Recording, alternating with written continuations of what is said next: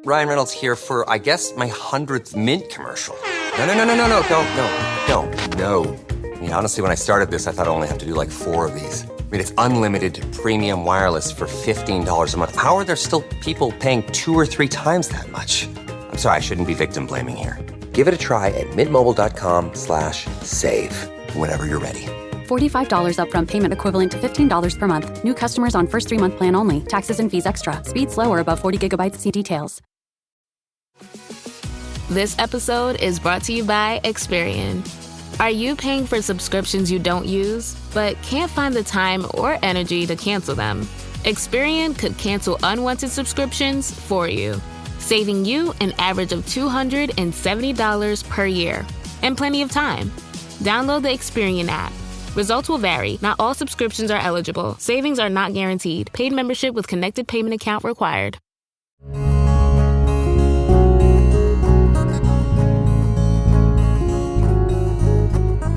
Welcome to the Casting Across Fly Fishing Podcast.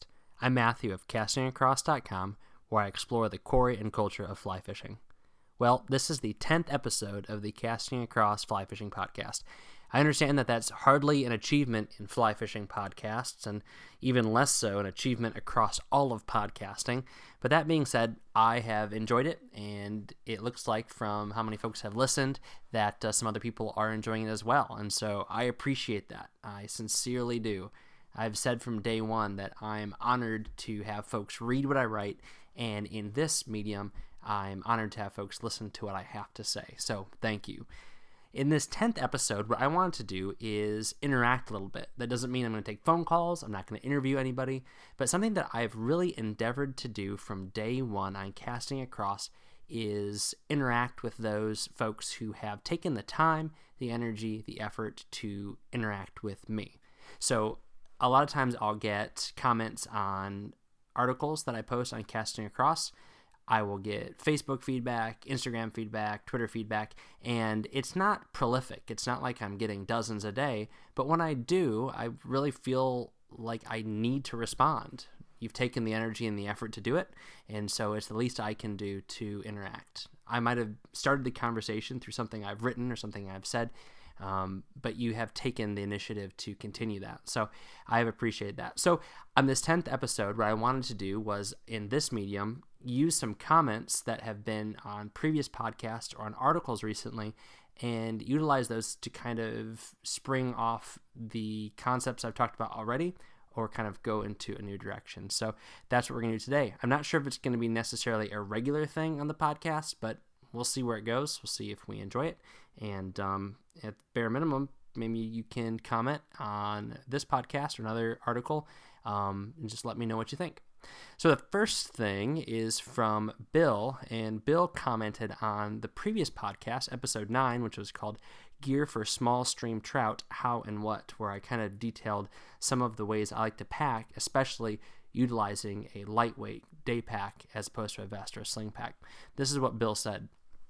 Good stuff. I was keeping a mental list while listening of stuff that I wanted to add, but you pretty much touched all the bases. I completely agree about the backpack when fishing small mountain streams. I've used a sling pack and just found it to be the wrong kind of bag for the situation.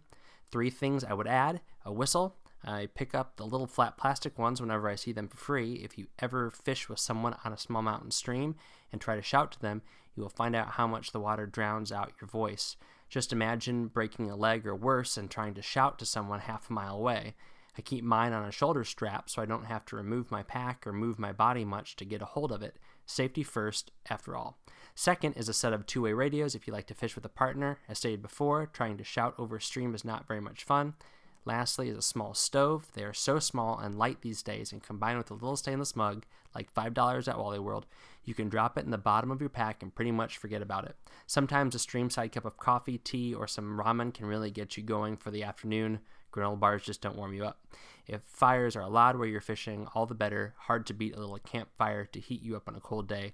Just got to be mindful of rock scarring and other negative remnants of an open fire. Thanks for the podcast. Keep them coming. Well, Bill, I appreciate that. Excellent stuff to add on to what I said. And the whistle thing is a great tip. It's not only a safety thing, but the communication element is important. Honestly, the reason I didn't think of it, and I mentioned this in my response to Bill on the website, is my backpack actually has a whistle molded into the strap. It's the buckle. It has a whistle on it. It's not awesome. You're not going to be refereeing any sort of athletic activity, but having a whistle is good.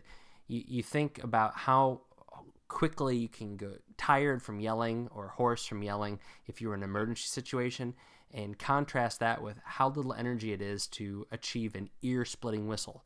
If you have a child and they have a whistle, you know how little energy and how long and how loud you can achieve a whistle that could signal somebody from a long ways away. Whistles are a great idea. Two-way radios, sure, if you're wanting to communicate with somebody you're fishing, I can definitely see that as being valuable if you're somewhere where there's no cell service. And I did totally neglect to mention the small stove. When you have a backpacking stove that gets to the size of a can of soda, you can absolutely do some awesome things on the side of the stream. So you really do have a whole world opened up to you when you switch to a day pack as opposed to a vest or a sling pack.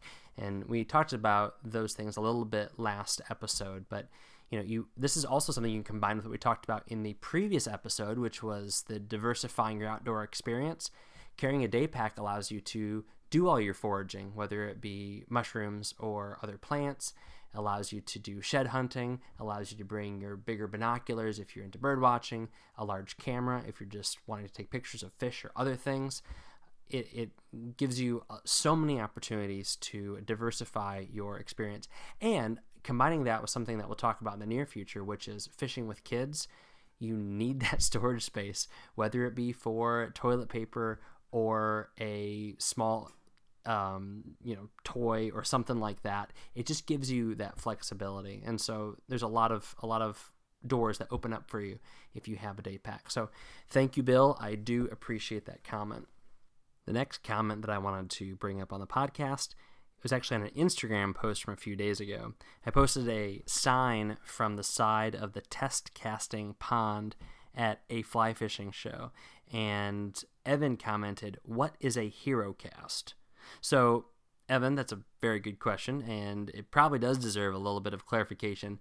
If you haven't been to a fly fishing show and you haven't seen what people try to do at these test casting ponds. So the sign says, "No hero casts, no pond hogs." First of all, a pond hog is somebody who goes to these test casting ponds and spends an inordinate amount of time casting a fly rod.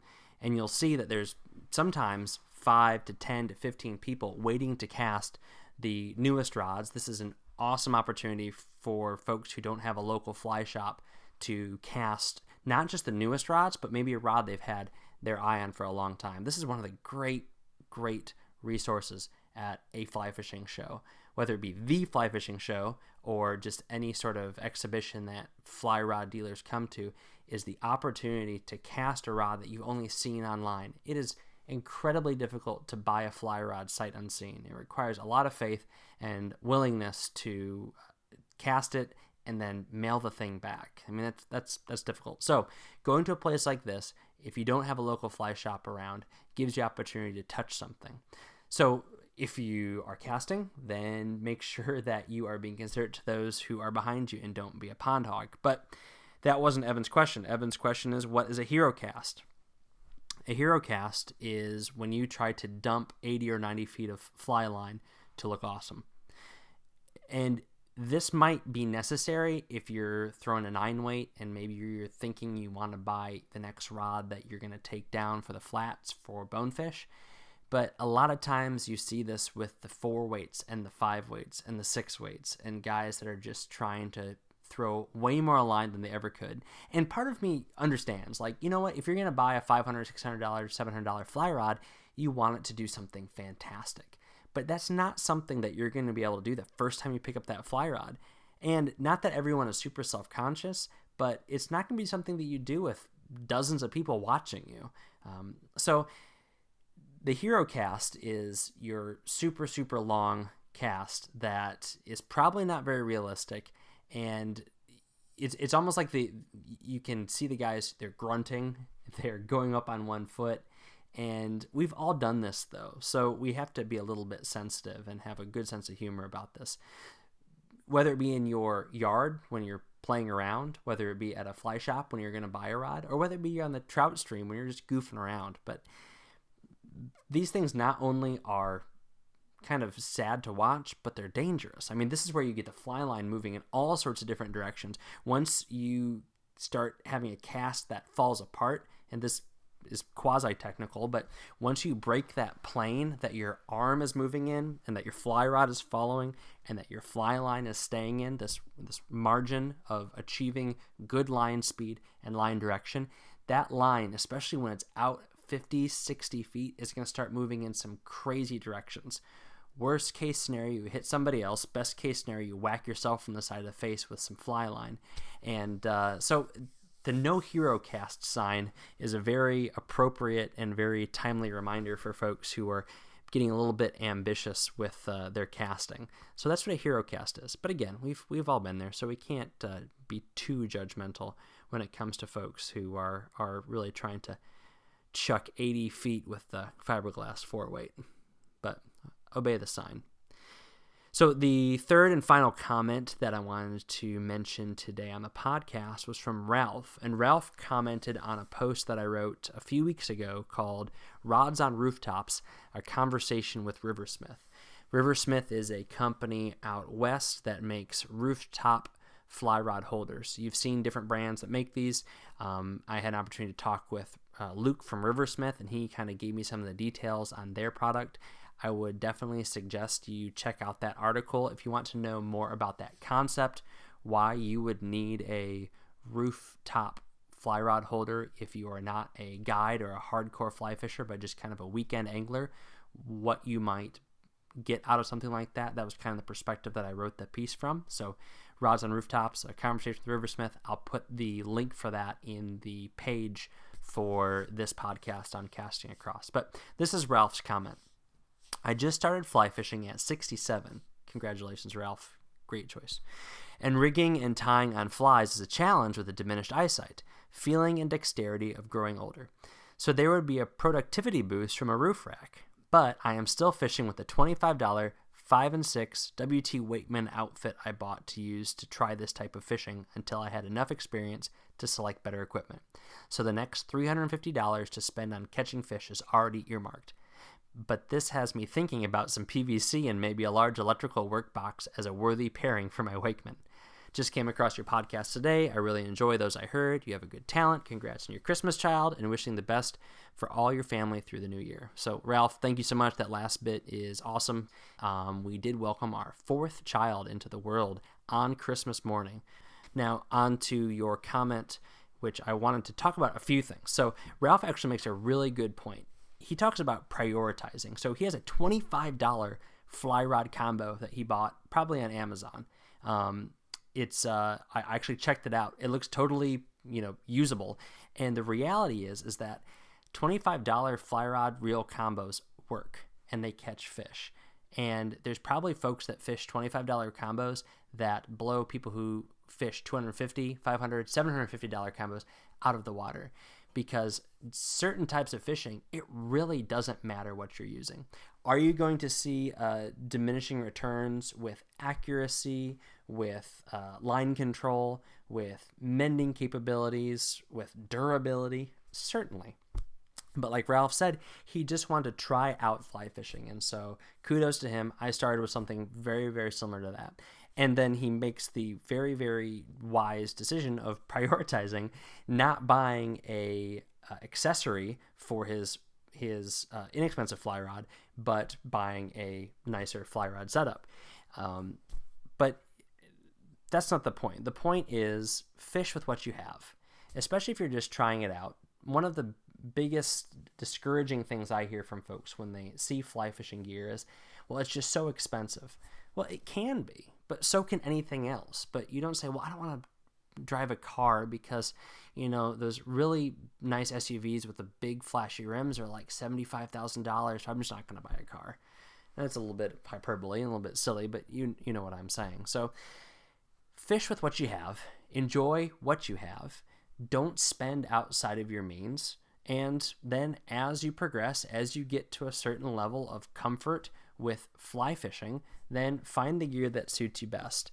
And I think that Ralph's words are well taken, which is with what you have, find something that's going to be suitable. I don't think Riversmith or any other fly rod rack company would frown on somebody putting their $25 rod in a PVC pipe. But I do also like what Ralph has to say, that he said that because he's 67 and there's some eyesight and dexterity issues, that only having to rig up once and then keeping your rod ready to roll every time is a great thing for those who are considering a rooftop rod holder, because then you can get your rod, reel, leader, tippet, weight system, flies ready at home, in the garage where there's light, where you're comfortable, maybe the night before, and then you throw it in the car in the rod holder, and when you get to the stream, even if you have to just switch flies, then that's only one thing you have to mess with. But if you know where you're fishing and you're set in your ways, you're going to fish the fly you're going to fish regardless, which a lot of us do, then having that rod prepared and put in the rod holder is a great way to think about that. So thank you, Ralph, for all your comments. Thank you again to those 3 commenters and everyone else who's interacted with Casting Across, not just in the last few weeks, but in its existence. It really is encouraging, and I appreciate it. So I'd encourage you, if you hear something on the podcast, you read something on the website, you see something on social media, definitely comment. Again, castingacross.com is where I post 3 times a week. You found the podcast. I would read comments that go to the website. I know you can comment on other podcast pages, but really going to the website would be the way to get a hold of me. And then social media, Facebook at Casting Across, Instagram at Casting Across, Twitter at Casting Across. I have chirps on my phone. I pay attention, and I like seeing feedback throughout the day. So definitely feel free to reach out if something is interesting, or if you have a question. I'd be happy to do a Q&A podcast in the near future. Today's recommendation is the Risen Fly Fishing Genesis. Risen Fly Fishing is a great little company out of Western Pennsylvania that is putting out really high quality fly fishing gear for a fraction of the price of most major brands. I really enjoy fishing all of the gear I have from Risen, and the Genesis is a very special fly rod. It currently comes in a 9-foot 5 weight, a 7.5-foot 3 weight, and a 9-foot 8 weight, and at $90 it is a steal. I got this rod to put in the hands of folks I take fishing for the first time, so they can have a rod that loads well, that is light in hand, that they can feel the line and really get a good feel for casting. But personally, I enjoy fishing it. It is an exceptional dry fly rod, especially at that 30 to 40 foot range.